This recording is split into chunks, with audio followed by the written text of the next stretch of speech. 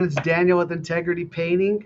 We're here on live on my stream. So I'm here with Garrett. How's it going?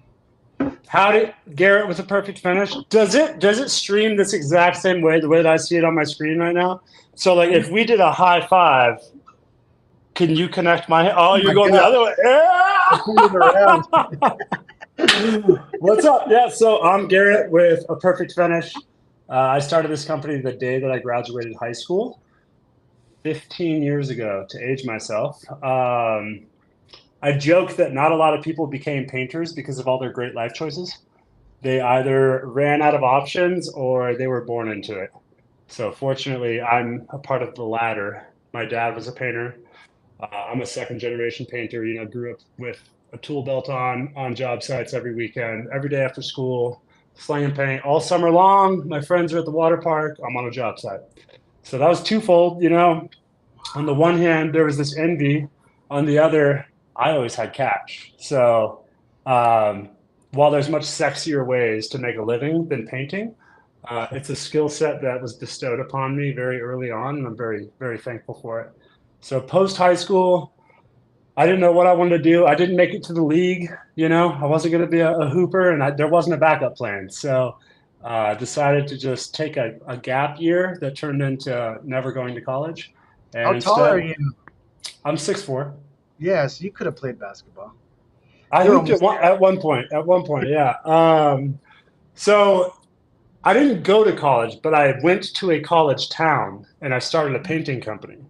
So while my friends were doing class and all that stuff, at 19, I have a brand new truck lifted and a boat, and I'm the guy. You know what I mean? And the arrogance that came with it too. Um, I have a comma in my bank account. Ball out, son. Yeah, that's And then from there, just life evolved. You grow up. I moved it from Littleton to Fort Collins to Vail, Vail to Minnesota, Minnesota back to Colorado, and we've been here since 2015. So 9 years. And I joke that, since its inception, it was always painting was like a piggy bank and just a thing that I didn't have any like intention of growing, no purpose or direction. It was just a thing that I do because my dad was a painter and the apple doesn't fall far from the tree. So I had a surprise kid in 2016 and was like, oh no, I just so happened to also snap my clavicle and get a thumb surgery at the same time. So very suddenly, Garrett the painter has to become Garrett the painting business owner, and grew the company and learned about sales, project management, everything that comes with that. And now today, you kick the can down the road. That was 7 years ago. At any given time, we have 32 painters in the field, a project manager, an office staff. There's systems, there's procedures and warranties and financing and all the stuff that big business operates, within, with a much more smaller family feel. So we're kind of like a Swiss Army knife in that if you go online, we'll be top results and you can book and have all the automated features, but small enough that the owner himself shows up and checks in on the job. And you don't have to like choke your way up the corporate ladder to figure out who's in charge if you have a problem. So I really like it at this size where we're at right now, and it's been a hell of a journey. It's allowed me to access and do things that I never saw through the lens of a younger version of me growing yeah. up as the son of a painter. And now I wield this title of being a painter with such pride Yeah. because I get to do stuff that not a lot of people get to do, and I get to have a Yeah. lifestyle that I designed very intentionally. That's And so I don't cool. I don't think that's a common story in the trades, I don't especially think not for a painter, I don't think in the painting anybody world. expects or would think that painting's cool, but they got, painters with cyber trucks and they got painters Yeah, with awesome clothing brands like you. And, yeah. uh, We're we're trying to just, make we're trying to make the trades cool, man.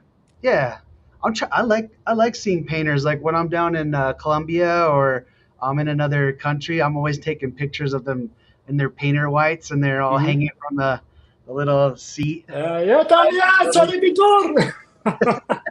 And so I love painters. When did you start really getting like the office and the project management going? Like, were you always like that, or did you do a lot of it yourself at first? No, it was by necessity. So I'm kind of like a lot of I'm kind of growing in reverse. So started out as just a like painter guy in whites every day, got a couple helpers, got a couple pennies in my pocket, and then decided like, hey, I have management in place. I've got some systems. I'm going to leave town, start enjoying the fruits of my labor. So I went to New Zealand, which was on my travel bucket list forever at 24 years old, 25 years old. And while I was there, I snapped my clavicle. And so I had to come back and figure out about like health insurance, because I'm still a kid. Like I'm not taking this thing that seriously yet. And then they taught me about deductibles. So I had reached mine. I was like, hey, while you're in there, I got an AC joint rotator labrum. This thumb is up. And also, I have like this jaw surgery that I need. Can you hook all of that up now that we've reached the deductible? And so I commit to all of this. And I go new shoulder, new thumb, upper and lower orthognathic surgery where they cut an inch out of my jaw to make my bite line up.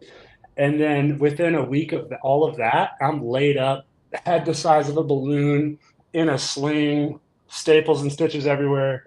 I find out from my lady that we got a boy on the way.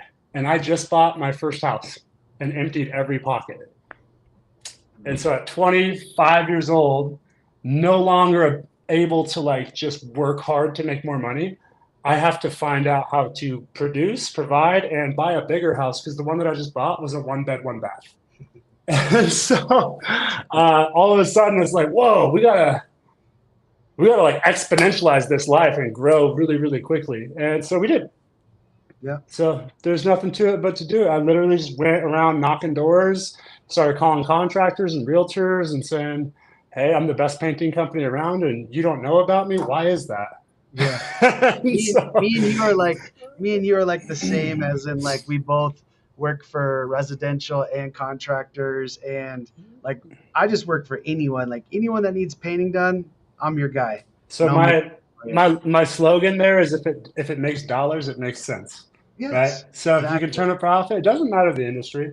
There's dream clients, there's different niches that we prefer to serve. But if it makes dollars, it makes sense. If it's a substrate that needs to be refinished, I can find a way to make that happen. Yeah, And whether that's Western Slope up north, we've done nationwide stuff before. nice. In a perfect world, if I could shrink my market to my neighborhood and have my commute it's smaller and smaller, that'd be great. But there's a dichotomy there that I'm sure that we'll touch on about the mindset of growth versus, what do you want out of your painting company? Yeah, yeah. I think what's your goals in the next like couple of years? Like, what do you plan on doing? So I recently got tasked with this, and I kind of got sidetracked in your previous question, but I'm growing in reverse in that after all of that like happened with the surgeries and needing to make this owner operator system become a real looking business. I Hmm. did that very well, and then I got an operations manager in place, a sales guy, project managers, office staff, and I actually built a painting company that runs itself. Hmm. And then in that time, I went and started a fitness studio, a fencing company. I flipped 14 houses, and I would just check in once a week for an hour and run payroll and look at the sales meeting, make sure that we're on track.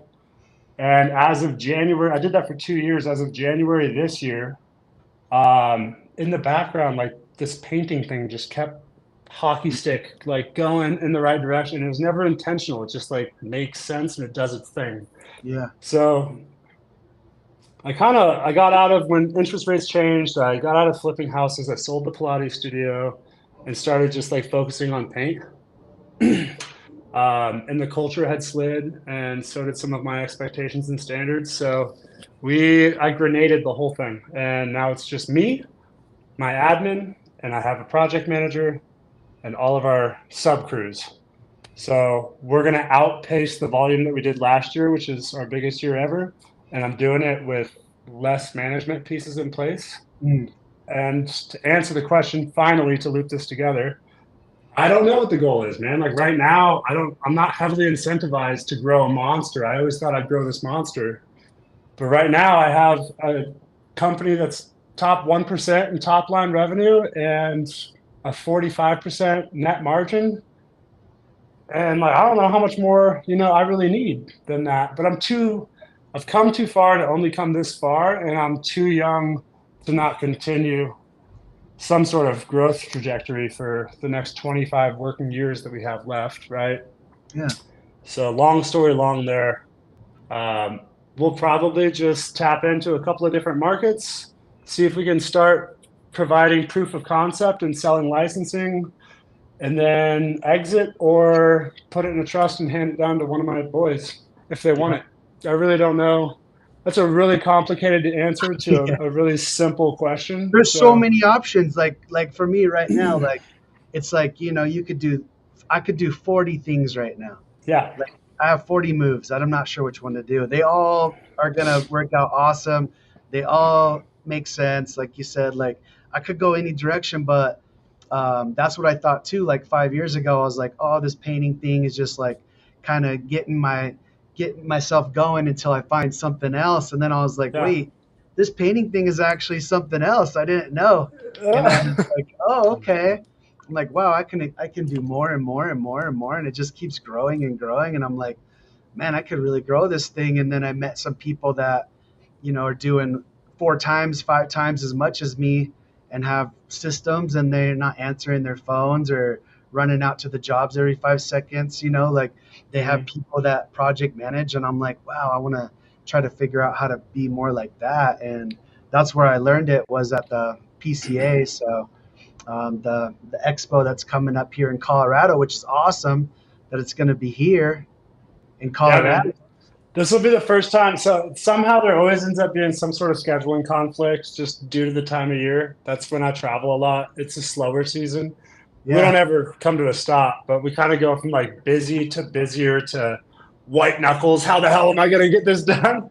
But generally, like the winter is for spending time in the mountains or a beach somewhere. And I always have a trip planned the same weekend as the PCA. So I'm excited to prioritize that this year.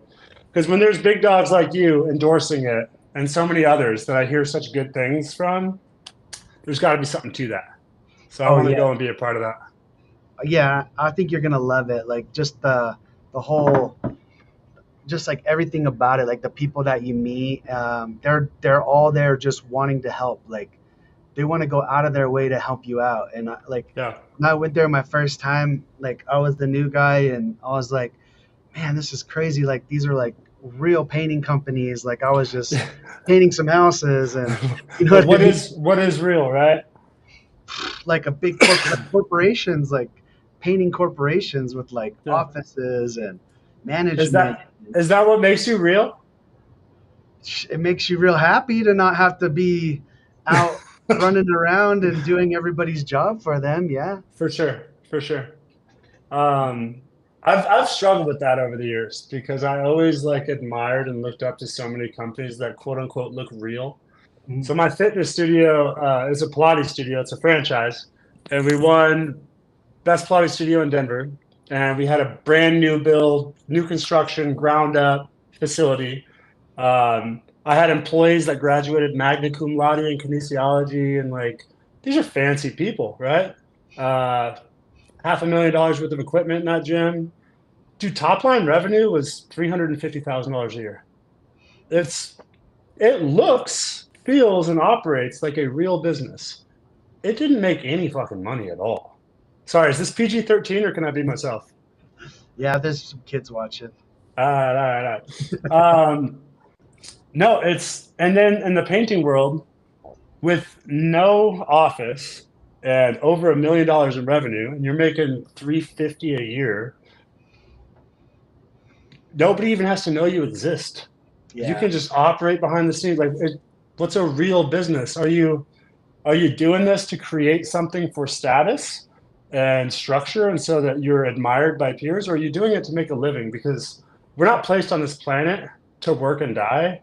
I'm all about the experience of living. So how can I shorten the amount of time between me and the stuff that I want to do? Yeah. And how do I do that as effectively and as lean as possible, so that I'm never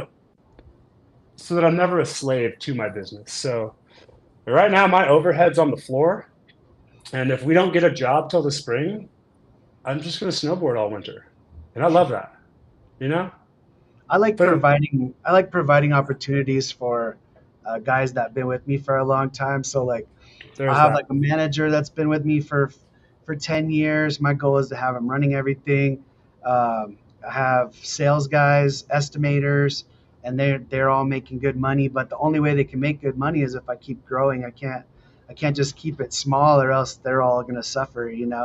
They're all gonna That's be true. like, well, I need to make more money. What can I do to make more money? And it's like, well, we're gonna have to grow because I can't pay you more unless I give you We more to produce do. more. Yeah, Yeah. yeah. So I'm basically kind of stuck now where I have all these people hired and they're all wanting to excel and do better. And so I have to get bigger and give them more opportunities so that they stay. Because before I started my company, I asked my boss, I was like, hey, can I do sales, or can I help out any way to grow the company? I need to make more money. I can't Hmm. just make, $13 an hour for the rest of my life. And he was like, no, we are only able to pay people $13 an hour. That's all we can do. And I was like, well, I gotta go. I was like, I'll give you my 2 or 3 week notice. I think I gave him like 4 weeks notice just because I, Yeah, I wanted to you're a train good some, guy. I wanted to Yeah, train yeah. somebody and all that. But yeah, so when I left there, man, I started my own company, and I always want to just be able to, if people want to make more money or they want to have a better life or a better job, like I want to be able to provide that for them. I'd hate to lose somebody that is really good at their job and loves to be here over a little bit of money. You know what I mean? Yeah. So Well, you make me feel like a real turd for making that comment, so I rescind it. I was just more than anything, I was just saying, like, I love the freedom that I have right now in this yeah, season. So like earlier this year, before I changed the whole structure and I did have a bunch of people on payroll, like my operations manager has investment properties and drives a brand new truck, and his wife's a stay at home. And I gave them 3 months to find a new position before severing that tie. I'm going to his birthday party after this, so yeah, you helped them it's out. all, we're on good terms. But Yeah. uh, right now, I'm really enjoying the freedom that I'm able to have. Just running everything as a contract model. We're lean and we're profitable. So I know inevitably, I've never had a single year where we didn't do more volume than the last. So if that trajectory continues, we will need more people, and then I It will have will. more responsibility to keep them in groceries, and I won't just You're snowboard all winter, You're right? easy. You're easy. Like when people meet you, it's easy to be like, oh, I trust this guy. I'm gonna use him for like. I want to make sure I do business with him. Like you're really good at like talking to people, and people like you I immediately. So appreciate that. I feel like I'm not grow. good at converting that into business because I'm terrible at asking for anything from anybody. So they have to like aggressively pursue me, or else I'll never. Some people are the worst at asking. Like the Aflac guy that tries to sell to me his stupid insurance every week. Man, he's the Mhm. worst. You ever have like insurance guys coming down and trying to sell you every day? Every insurance guy, every financial advisor, they're all in the same category of just like, and I respect the hustle, but it's Is that a very hustle or is that off-putting. just an annoyance? Because I feel like there's better ways to do sales, like like maybe try to be someone's friend, or like take them out to lunch, or like hang out with them, or like do Yeah. something nice. Don't just kick the door in times a week and ask if I want Aflac insurance or something. I'm just what a testament to how good their branding was in the early 2000s, because I am imagining a duck kicking in the door and just going Aflac. Do you That's what remember they sound the like. duck Aflac? That's what they sound like.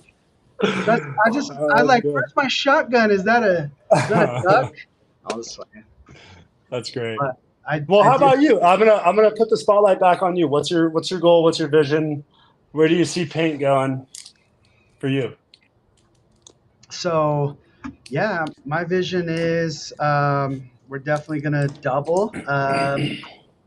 It's there's a lot of different directions I can go. I can go into different trades here locally where it will be super easy. I mean, I'm well known. Like people trust me. Like they know I'm going to do a good job. I'm going to treat them right. So there's a lot of mediocre companies or bad companies here that I could just start the same business and just take them out instantly and probably double my revenue right away. I would love to come to Denver and do commercial work there. It's just the investment of it that I gotta get going, and I've been waiting to do my automations first. So once I get everything fully automated and my guys get used to it, and we get good systems down, which we're getting really good at. I'm more comfortable now than I've ever been. So um, with everybody and how they're performing, the Yeah, numbers that they're hitting, and the quality that they're doing and the walkthroughs and the customer service, the 5-star reviews, they're doing amazing. So I feel comfortable to make my next move. I was going to wait till next year, but I have like 3 or 4 conferences that I'm going to be going to, and then I'm really going to take off after that. yeah. But So that prompts a really good question. Sorry, finish, and go then I ahead. have one for you. I don't think you finished your whole train of thought, and I don't want to be rude. Nah, go ahead. All right, so that prompts a really good question. I think that the natural progression is dominate your market, assuming you're capable, open up additional locations. So for us, I think what makes the most sense is Colorado Springs is just an hour and 10 minutes south and huge population. So Fort much. Collins, hour and 20 north, big population. Colorado Springs makes more sense due to just the consistency of their local economy. Um, but if I'm being honest with myself, what's my ability to manage a team remotely? How do I implement system structure and critical feedback? Because right now, a lot of that comes through the form of me just, I surprise visit. Like, not undercover boss, I'm there, but like, I'll pop in. If I can work your job site into my route, I'm stopping by and I'm going, hey, what's up with that masking? What are we doing here? Can you clean up the trash out of VR, et cetera, implementing standards. If I have to trust in a team and I'm hiring somebody who's local, which means it's probably not somebody who came up through my system and relocated there. It's going to be somebody that I source there and then onboard them with culture and buy-in and loyalty. I don't know where to start. How do you get the right person in the right seat? Do you take somebody from within your organization and relocate them, give them a job opportunity in Denver to go launch and give them equity or profit share or something like that? Or do Um, you just grassroots that thing from scratch?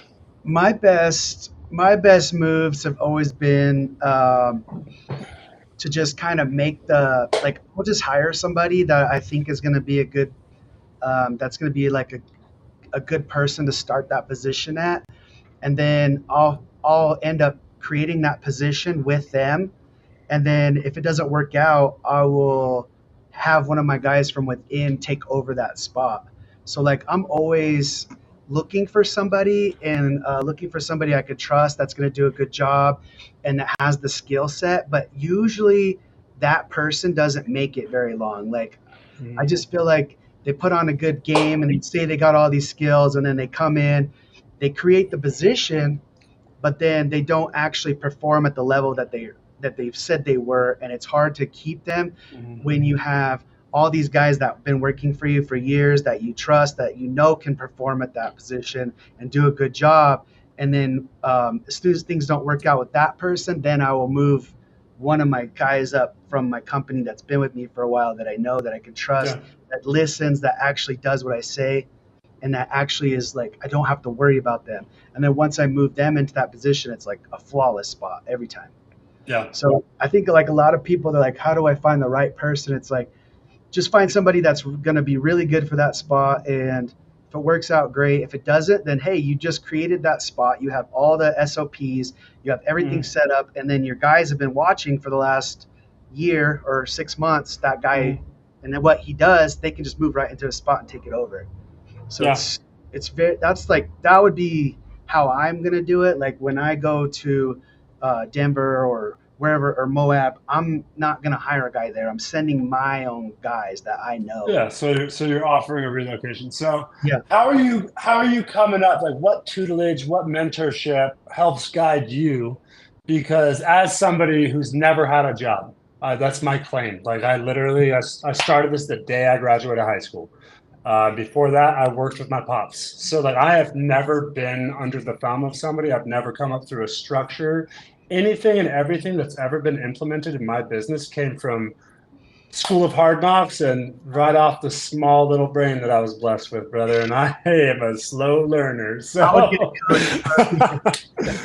No, so I like to do things as long, slow, and painful as possible until I cannot stand not to change it. And now I know exactly what doesn't work. And then from yeah, there, we just reverse engineer it. So, that's what how I learned. works for you?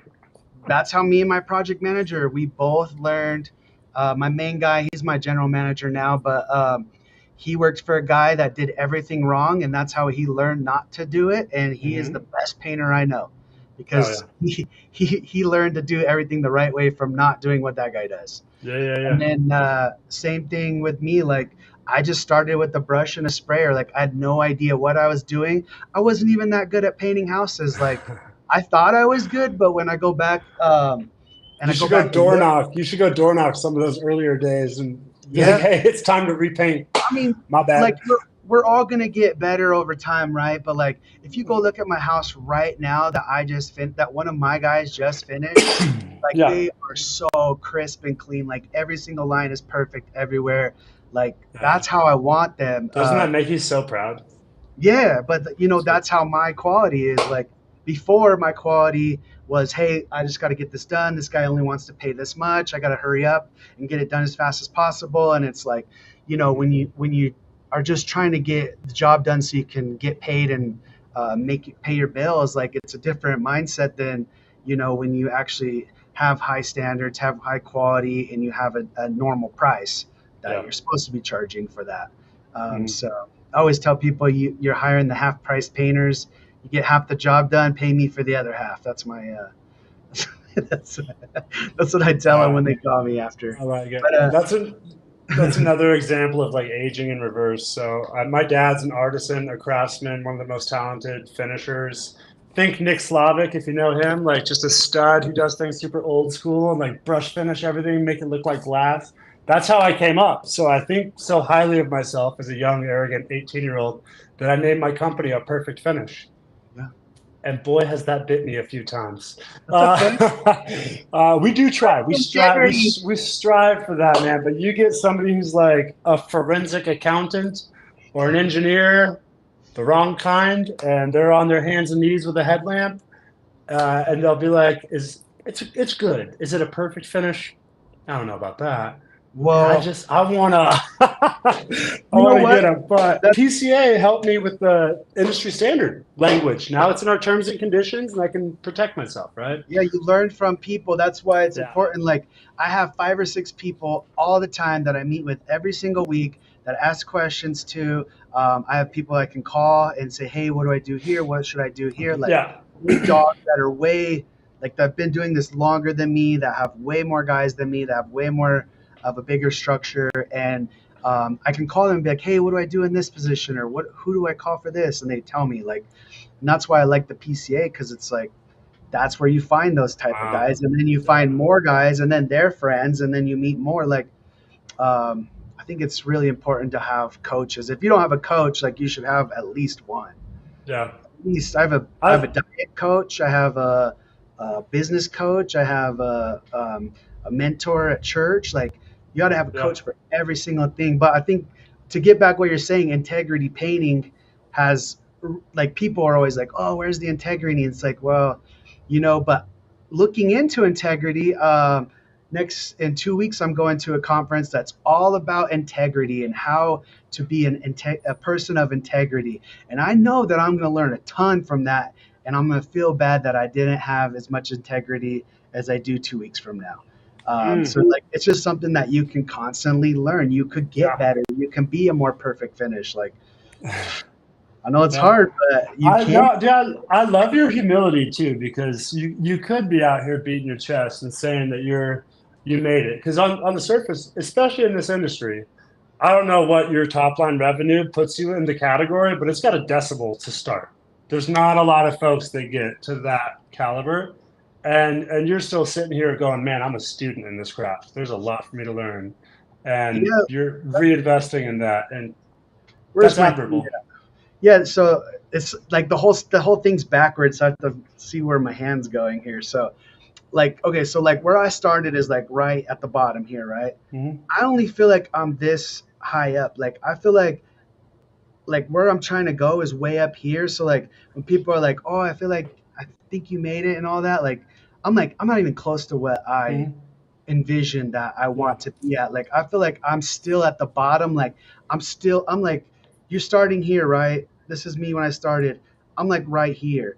And I still like see like all this Hockey up stick. here. Yeah. Yeah. It's Yeah. crazy, dude. And it's like I'm never satisfied, which kind of it's like sucks because like that's what makes me want to work and grow. And I'm always working. Like I do like want to be have more freedom and do more things. And I hired a coach for that helps me to say, hey, I'm not working at this time, or I'm not going to work on the weekend, or I'm not going to work at these days Yeah. because I have something else more important to do with my family. Like if it Yeah. was up to me without a coach, I'd be working 24/7 every single day, every weekend, every night, and it wouldn't bother me because I love like It, I love this stuff, dude. Like isn't this is that what a love. significant other does? Aren't they supposed to be the ones that pull you in?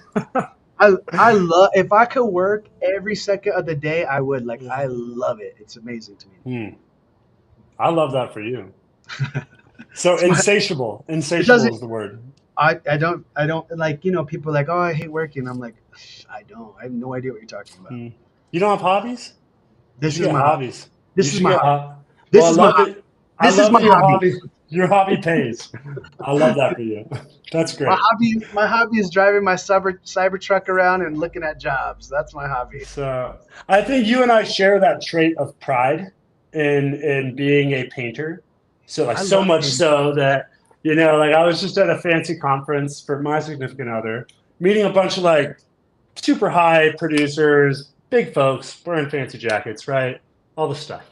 Um, and I introduced myself. Eventually, in conversation, I get asked, "What do you do for work?" I'm like, "Oh, I'm a painter." Like, oh, that's great. And then like the dismissive nature like begins. I'm But I love that I get to pick up and drop off my boys from school in sweatpants, and I'm the only dad there. And I hop out of my Escalade, and there's no question about who I am or what I do, and I'm making this industry cool. You should have yeah. pride in what you do, We, and I think you're the only other person,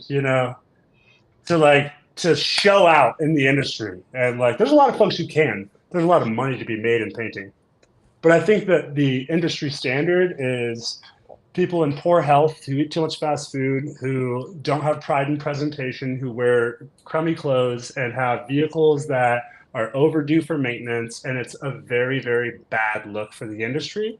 And uh, that's why I joke that not a lot of people became painters because of all their great life choices. yeah. It's because they got the mom van with the ladders on the top and a Toyota Corolla with the ladders strapped to Huh? the top. And I'm And like, dude, to be completely honest, my first paint rig was a '98 Camaro. It was the only car that I had, and I put a ladder on the top too, man. But bro, the second that I could, I got myself a work truck, and I couldn't afford to paint it, so I painted it myself with DTM and made it all match. At least like I'm trying my best, right? I've always had pride in presentation, but you I've see also my truck? always, oh yeah, Do you see that truck I posted? oh yeah, it looks like a cyber. Did you understand my comment there? The ladder, the way the angle was, I was like, damn, it kind of looks like it. Oh, okay. Yeah, I You get it got, now. yeah, Now, you got a thing for it. But no, I've always had a chip on my shoulder because of the embarrassment of just being a blue collar guy, you know, a I painter, used right? And so, I used to come to work in my paint in my normal clothes. I'd put on my painter clothes, and then I'd go work for 8 hours, and I'd take it off and put my other clothes, and then go home, because I yeah, was so embarrassed of being a painter because of I, everybody that I looked at that was a painter was on drugs. They were mm-hmm, drinking all the time. Like they mm-hmm, just don't really set a very good example of what I, painting is or painting companies should be. And so that's why. I love make painting cool again. Like Yeah, that's 100%. I wouldn't go get fast food. Like when the shift is over, I would change. Before I go to the gym, like I wouldn't just bring a bag with gym clothes. I would change into those gym clothes, then go to the gym. Because there was just something about it, man. Like there was this. I think it's an ego thing. It's an insecurity, 100%. But what's ironic about that is now that I am the most secure, I identify as a painter more than I ever did before, right? But when I was still in a brush and a tool belt and like, man, not really sure about my path, I would like buy watches that I can't afford, finance a truck that I can't afford because that was my way of going, look, no, I belong amongst you guys, right? You fancy folk. And now, yeah, like I said, I've had hundreds of people working for me at any given time between all the different businesses, many of them much more educated, many of them who come from a totally different background. And I find a ton of pride in just being like secure with myself and my role and my gift to this earth, and that we're providing mentorship, guidance, and opportunity and financial freedom to folks that are you never using would. paint as the tool. Yeah, like everybody that I talked to thought painting was just a stepping stone to something better. You know. I've So employed a bunch of those folks. Yeah, a lot of friends. Like a gap year between school or post college before they get their real job. You my know. buddy, I have I mean, the sales guys, they're making good money, man. Like estimators make good money, Mm-hmm. project managers make good money. Like I know my project managers make more than most of the people in this town. Like I know that for sure. Like they make so much money. I'm like, That's something to hang your hat on. they do sales too. I let them do sales, so they get paid commission and they get paid for project managing, and they're going to do a side job right now in Steamboat, and I'm going to sub it to them. So like Yeah, that, there's an endless amount of money for them. They make so much money, it's insane. And I wish that somebody would have gave that to me when I the was painting for opportunity. them, Yeah. because that's all I wanted was enough money to support my family. That's it. Mm-hmm. And so to do that for other people, I have to keep growing. And I think, like you're saying, like being cool, making painting cool. Like, did you see that picture where I won my Best of the West award and I was in like all whites? I had like painter whites on. I had this shirt on. I had my Yeah. hair on, and I had my Best of the West at like this party with all the most important people in town. Like Yeah. all the business owners were there, and it was like that. I was wearing my painter whites, like, Hell yeah. and I was like, man, this is cool. Like I'm Mm-hmm. the most important painter. Like this is awesome. Yeah. Yeah. Like I'm making No, that's painting cool. cool. And I Yeah. want the as we elevate the trade through things like the gathering of the Colorado painters, we're gonna get more and more people buying in, and there's a lot of folks exiting the trades in the next 5, 10 years, and there's not a lot more coming in.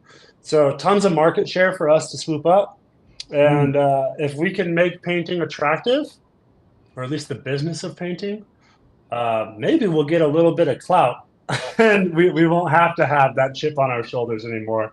I think the trades are becoming more and more admirable and respectable. And painting's definitely becoming more cool. I'm trying to find this picture of my painter whites, but I basically looked like this. Oh, yeah. As you should, my friend. I love that.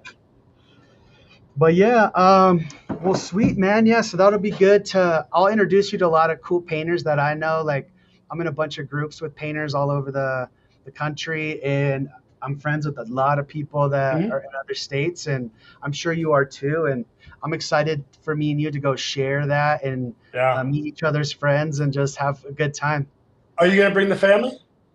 Um, to the PCA to the expo in February, probably. Oh, This the one in February, the commercial one that's no, coming up. Colorado, Broadmoor in Yeah, February. my wife might come to that one. I bet she'll come. Yeah, it'll probably be That's my wife. I know for sure it's my sales guy, my project manager, and my estimator all going. yeah, Pretty sure that's awesome, awesome. so. I got to take the opportunity to get the boys down there at least for a couple of days. Let them go jump in the pool, see a big fancy hotel, let them oogled over it. So that's a really good segue. There's two things that I wanted to talk about, but I know that we're kind of coming up on our time here. Yep. One is You're creating opportunity and living a life that you never had access to. How do you keep your family humble for that journey and not spoil the living daylights out of them, or do you? No, it's whatever we like. My daughter, we take her to get toys every day. Like I don't, I don't know. You know what I mean? Yeah, Like that's what you're working for. So you're cool with it? yeah, Okay. yeah, I We don't care. just we just got back from 5 days at the Ritz-Carlton in Hawaii, and after writing the check or like swiping for that, I was like, man, I didn't even think about this. Maybe we should have done like a Holiday Inn Express or something. These boys are now gonna expect that like this is how we live, you know? And so I need to come up with some combination of like, we also camp in a tent though, Yeah. right? Like we're not we got calluses because working hard is cool, right? So I just don't want my boys to be those pretentious little. Well, I'm gonna keep it. I'm gonna keep it tight for you, but I have strong feelings about people who grew up with a silver spoon so far up there that they don't know how to act with common folk and I treat don't them think with it's money respect. though. I don't think money causes that. I think it's just people spoiling their kids. Like you could be poor and spoil your kid, but I do think if you want to, you could totally take. Like when we were in Florida, we stayed at a hotel that was the most nicest place I've ever been in my life. And then we went the next year we went, and it was like $30 a night, and it was All right. Yeah. hilarious because they had the buffet that was packed out the door, Yeah. and I was a minority there, and it was awesome, and we had Yeah. so much fun. It Yeah. was just, All right. it All was right. really good. So it's about But leadership and it's about family culture more so than anything. Is the we short did have a answer good there. time though Yeah. because we still hit the pool, we still Mhm. had fun, we still ate, we still went and did Yeah. stuff. So And now the last thing is, um, I feel like this could have taken up the majority of our time, but what are you doing for growth? So we've always been Google SEO guys for like the last 3 years. I've never done any sort of ads online. I've never paid for like AdWords or social media stuff. We do the usual yard signs, wrapped vehicles, shirts, that kind of stuff. yeah. Um, but as of this year, we're doing a ton of community outreach stuff. So we're partnering with charities and raising funds. We're partnering with them and gathering school supplies. We're doing car shows that benefit like single mothers. We're doing golf tournaments and setting up a tent on the seventh hole and drinking beer with contractors and realtors, and the funds go somewhere. We're sponsoring a fighter for an upcoming BKFC match. It's in Colorado at the Coliseum. We're the Oh yeah. primary sponsor for the main event. Yeah, Chuck Liddell is going to be wearing my gear. How fucking My crazy is buddy, that? my buddy's actually fighting in that one, Andrew Yates. So if you go there, he's Yeah, we got a table, man. Come on down. he's the coolest dude ever. Like he's gonna Yeah, be fighting. He's from here too. yeah. Um, but I usually get a table and go to the events, but I'm not sure if I'll make that one. But I'll look I'll, at it. I don't know anything about it. I just figure it's a cool sponsorship, and I'm using a lot of wordplay, like we're knocking Say out the hi to my friends. competition, all that stuff. So in a few sentences, and however much time you got, what's working really well? Because I'm shocked. I've always thought of these sorts of things as a total waste, and it turns out you're not buying the branding and the brand exposure. You're buying the relationships and the people that these things are also important to, and you become an authority, and then you just maintain those relationships. And one relationship can be tenfold. You meet the right person there. So, what works really well for you, and We what wisdom can you bestow? we've done a lot of donations, but I've never like looked at the return or noticed any return from it. But I did a donation last week to elementary school, um, but I don't really use that as like a marketing tool. What I talked to my your ad spend, so I went back to my Yeah. marketing guy, Lucas, Ford Marketing Media. He's super awesome, and Plug. I'll plug that for him. And then, you know, he was like, "Hey, you can't double because your area is too small, so we have to extend your area by two." So we extended it, Yeah. and then I doubled it, and now we have uh, people calling from Glenwood Montrose or something. Springs, Yeah. from Aspen, from Steamboat, from Telluride, from Moab. So we have people calling That's a huge everywhere. range. Um, and it's like, hey, we're slowing down. So our idea was to double the ad spend, and it's been working out. And then tracking that. And then also door knockers. I just think people sleep on door knocking. Solar company has been winning for years by door knocking. And I'm not a big fan of solar. I think that it's too expensive and that it costs way too much. Now, if I bought a house that had solar on it, Hold on, oh, the guy with the Cybertruck doesn't like solar. What? no, I don't What? like solar at all. I think it's way overpriced. Huh. And the way that they bundle it into a payment plan, I hate that. I think that it should be way more affordable. But I've been looking at houses, and every house that has solar on it, it's paid off. I'm always looking at those first because I Yeah, do like solar. I just yeah, don't like their payment system and yeah. how they overcharge a lot. Hmm? But yeah, so door knocking, we door knocked almost all year. Now I'm putting it on my estimators and my sales guys, just to, hey, if you guys are slow, you guys know you go out and door knock because they're going to be the face of what the customer is going to see when they come and do the bid. So it's better that they see them first, and then they see them again, and then the more times that they see them, and also I think that they're a lot more friendly, and it also doesn't cost me any more money. So if I have to keep them busy, right, and I just pay them that door knocking cost, and I pay them the extra percentage to land jobs on Hmm? top of their commission, they're getting paid door knocking wages, which is like $20 an hour. Then they're getting an extra percentage on top of their sales commission. So Hmm? it's like such a better win for them if we're slowing down. Yeah. So There's that's always what, something to do. Yeah, there's yeah. always. That way, when they're in here and they're like talking, it's like, hey, did you guys doing good this week? No, we're slow. Okay, well, let's get out. Let's go knock some Yeah, doors. I'll go with you. You yeah. know. Hmm. So that's a really good one. Double your your ad spend. Do you Um, do like flyers or do you knock only? So every job, we try to get 3 points of seeing the brand. We've got a yard sign, we have a wrapped vehicle on site, everybody's wearing branded shirts. And then lastly, the PM checks in, and then we do an H market, right? So the three houses to the left, the right, across the street, left, right, all get tagged with a flyer, like a door hanger. Just says, hey, we're painting your neighbor's house, give us a call. And then they pull that off, usually annoyed that somebody's leaving trash on their door. But then they look up and they see, oh, there's the neighbor's house. Damn, that house looks good. you mean And the it house works. with no soliciting on the front that you Uh have huh. signs on? We're savage like that, dude. It hasn't bit me yet. I'll say that. I guess Uh, if I was getting a bunch of negative reviews online because of my efforts, then I probably wouldn't do that. I But don't think anybody realizes they have no soliciting signs on their door most ways. So I don't really think it's a yeah. big deal. Yeah, we when we do knock doors, like we have this whole whiteboard of all of our jobs that we're Mm, doing. We'll start with yeah. those neighborhoods first. So we'll Love start it. with those neighborhoods first, and after that, then we'll go to the areas that need painted, which there is a lot. I see Yeah. them all the time, and I mark when I'm out driving around. I go, oh, this neighborhood needs to be looked into. Their stucco is Mm-hmm. super bad right now. Mm-hmm.